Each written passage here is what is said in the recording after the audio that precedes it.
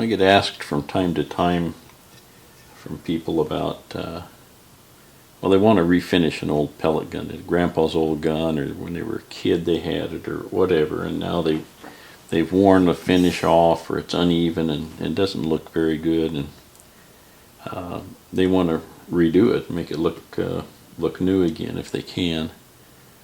And you know, I tell them, well, I don't know. I don't know how to do it. I've never done it. I've been more interested in the mechanics than I have been the aesthetics of it. So just something I've avoided. And we really don't know what the process was to put these finishes on. It wasn't a bluing, because these are made out of some sort of brass or bronze tubing. So we're not in a position where we can recreate the original finish, whatever it was. So I thought we would try maybe a couple of different finishes and see how they work out on a gun like this. And I don't want to do this to a gun that's in good shape. This is one that was basically a parts gun. I mean, you can see here where somebody, maybe that pin in the lever fell out, and they put something else, maybe a screw with a nut on it, and they had to grind out here to get room for it to go through there. And look, I mean, tell me how or why somebody would do that to the gun. Were they using it for a hammer, or were they hammering it? And I just don't know. And it's just kind of messed up. The screw for the safety is still in there. What else? Oddly enough, there's no barrel separation on it. And in fact, these look pretty good. The holes there don't look too wallowed out. And the bridge here across the front is intact. And I thought, well, this would be a good candidate to practice with and try some different treatments and see if we can get a good black colored coating on this thing. And so that's what we're going to do. We're going to clean this up, and then we're going to try some different treatments. So in figuring out what we could use to put on this, I had a couple of cans. I had this, it's called Stove Bright. We used to call it Stove Black. And what it is if you have a wood stove, they change color on you after a while. And so you sand it down, and you would spray Stove Bright on and basically restore it to its original black color. And so I thought we'd try that just because it's a fairly durable finish, in the sense that it doesn't chip or crack. You could wear it off. That's my thinking anyway on that. Another one is what they call roll bar chassis paint. This is VHT. All these are VHT. They came from O'Reilly Auto Parts. And this one, I thought, they use it on the roll bars and stuff, or if you have a pickup where you've got a rack in the back, a lot of times they use this paint for that, and it seems pretty durable. So I thought we'd give that one a shot too.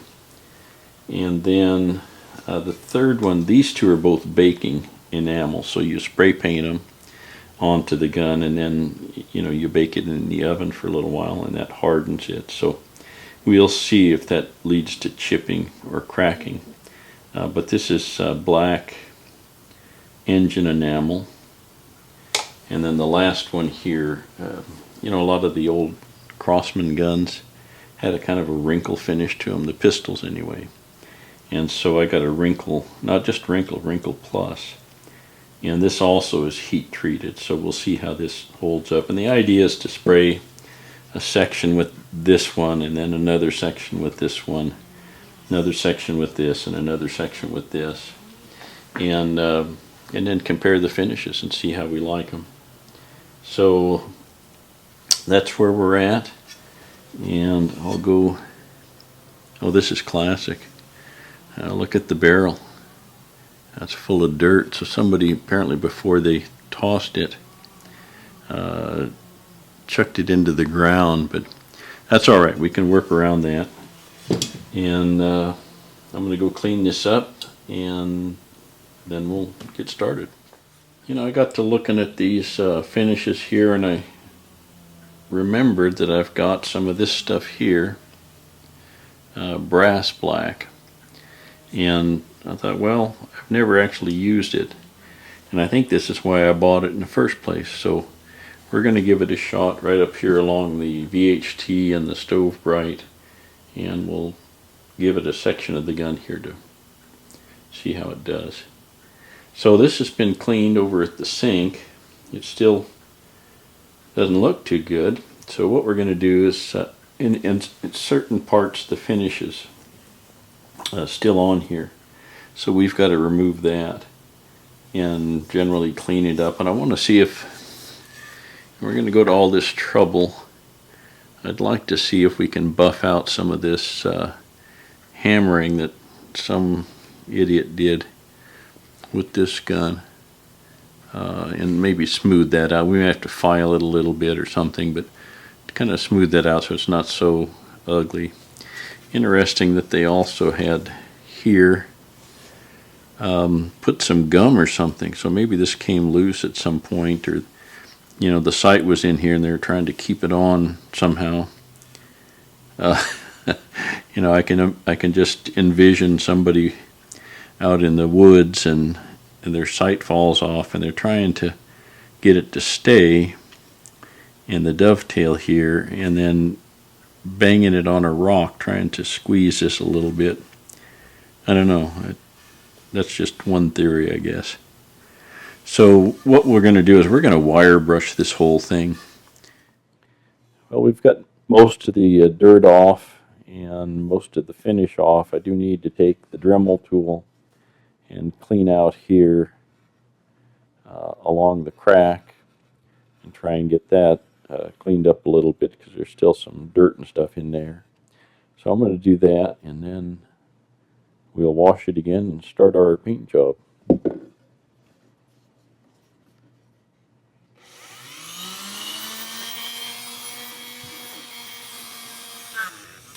Well, here's our tube. We've got it all buffed out, clean. All of the finish has been removed, so we're getting it close to where we can actually put some paint on it. And I just wanted to show, I kind of left it, if you can see, it's got a little bit of a rough to it. And I'm thinking that would be good for the paint, you know, that it would stick a little bit better. I will find out. Some of the, if you remember right, there were a bunch of gouges here, and those, I managed to get most of them off with the buffing wheel. Well, here we are, we're ready to paint. We've stuffed the tube with paper towels, stuffed the barrel, stuffed this in, so we shouldn't get spray into the tube itself. And I've taped it off here so we don't get over, in other words, it'll be a clean break between the different paints that we're going to use. When we're done with the 4 cans, we'll have a space in the middle for the brass black and see how that works. But once we get the 4 cans, we can bake this in the oven. And all 4 of these should, well, this one and this one you're supposed to bake. This one you can, and this one is intended to go on a wood stove. So, and it says high temperature stove paint, so that's not going to be damaged by heating it up. So with that, we're going to take it outside and do some spraying.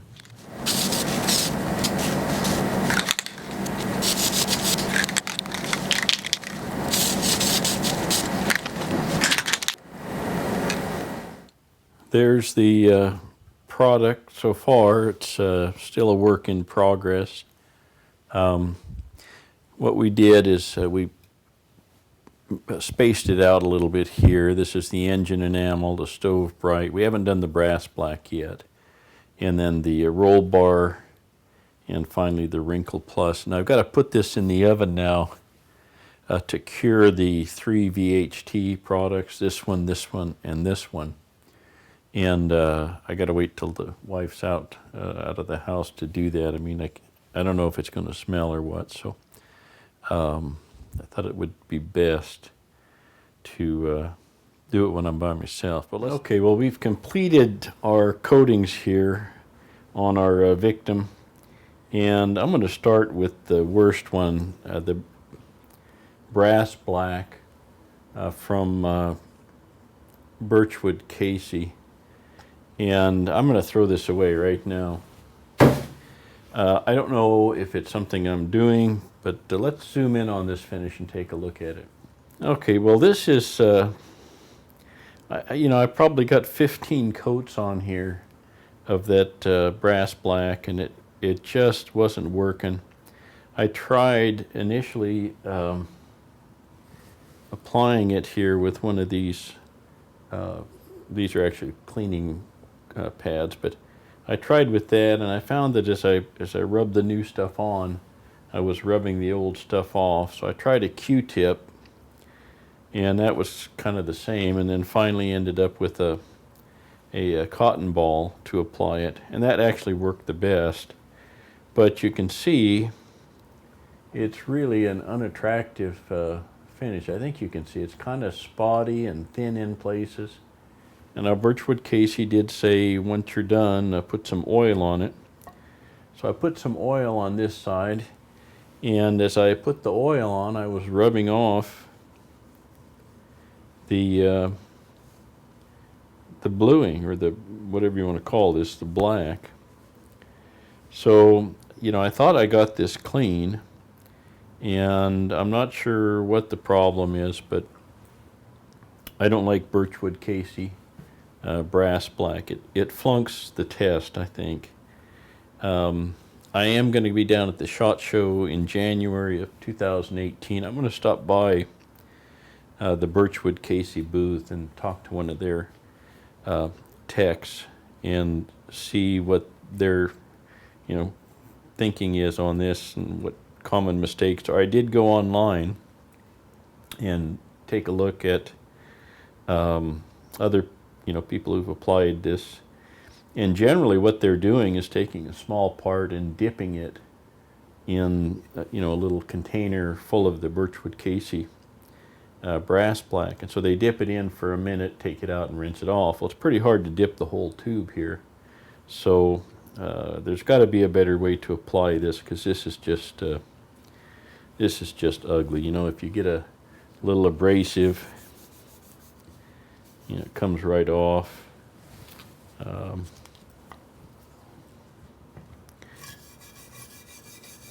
Yeah, I mean, you're better off leaving it with the brass color than doing any of this stuff with it. Oddly enough, I didn't like this. This is the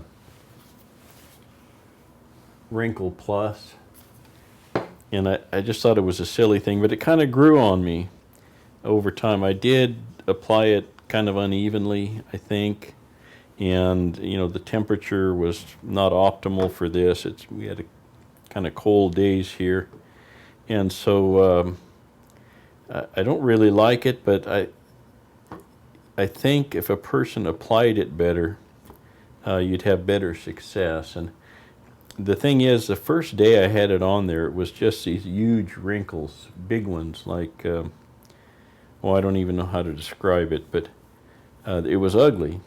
But over the next few days, the wrinkles shrunk, and now it actually looks pretty good. It's not particularly, it's pretty durable, I guess.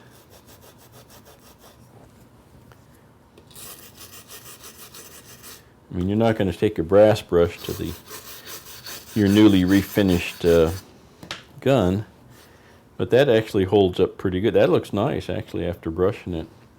There are a few spots where it's coming off, chipping away.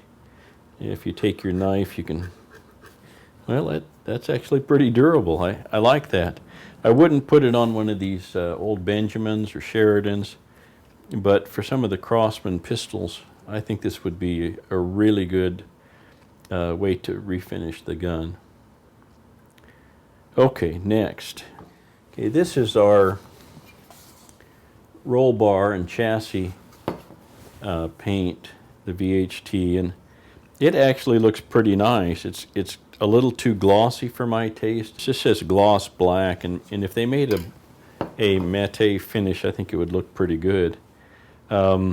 Again, conditions may have not been very good, or my prep may have not been very good, because it didn't get into the crack here very well, but you know, after baking it, it looks pretty good.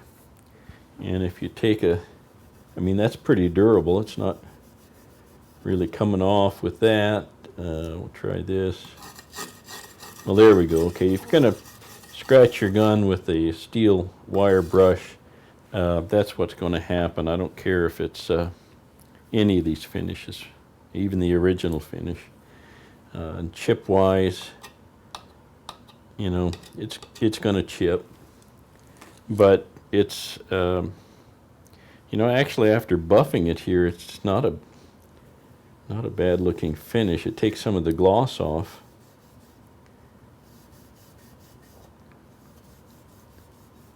So it's possible if a person used something like this to buff it afterwards, why maybe that would be an acceptable finish. And it was anyway. It's just a little too shiny for me. Okay, down at the other end of the gun, we have our engine enamel. And this is also a gloss black. And again, if it was in a matte, I think it would look more original. And you can see I've got some pitting here that I had to deal with. And I don't know if that's the paint or the surface underneath the paint or just a bad application on my part.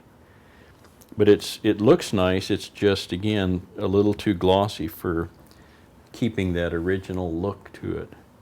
And, you know, you can buff it, and that does take off some of the sheen, which is nice. And again, if you want to, well, it's a little tougher there. Yeah, this is tougher than the other stuff we use, the roll bar. So engine enamel might be a good one if you like a shiny gloss finish, or if you can find a finish that's a matte finish instead of gloss. That's a good one. I kind of like that. But the winner of all things is stove bright. We used to call this stove black. And like I say, you use it for spraying wood stoves and stuff like that. It's got a nice matte kind of finish to it. It covered really well. It's not very durable though. If you were to take this pad, well, that's actually not too bad. That's pretty tough actually. No, that's nothing wrong with that. Try the old wire here. Well, you know, if you're going to rub your gun with a wire brush, you're going to rub off the, as a matter of fact, that's how you get the original paint off in the first place. But even if this isn't durable, I think it's a good candidate for the original look. And so I like this one a lot. Well, this is a 342 that's in pretty good shape, and it's about the best example of the original finish that I could find. And even here, I don't know if this finish is the same as they used on the real old guns, but you can see, maybe you can see there, the one that most closely matches is this stove black. But like I say, if we could find a matte in either of these two enamels, that would be a good finish too. I went online and they do offer, in fact, the engine enamel in a flat or a satin finish. And the roll bar and chassis paint also in a satin, so it doesn't have to be quite as glossy as it is. This is what they had in the store here locally, so I didn't special order it, but I suppose you could. And I'm going down next month to the SHOT Show in Las Vegas. It'll be January of 2018, and while I'm down there, I intend to visit some of the coatings manufacturers that have their booths down there and see what they say. I'm going to stop by Birchwood Casey too and talk about this brass black. I was really disappointed in that. So this is an ongoing project, but so far that's what I know about it. Thanks for watching, and I'll catch you next time.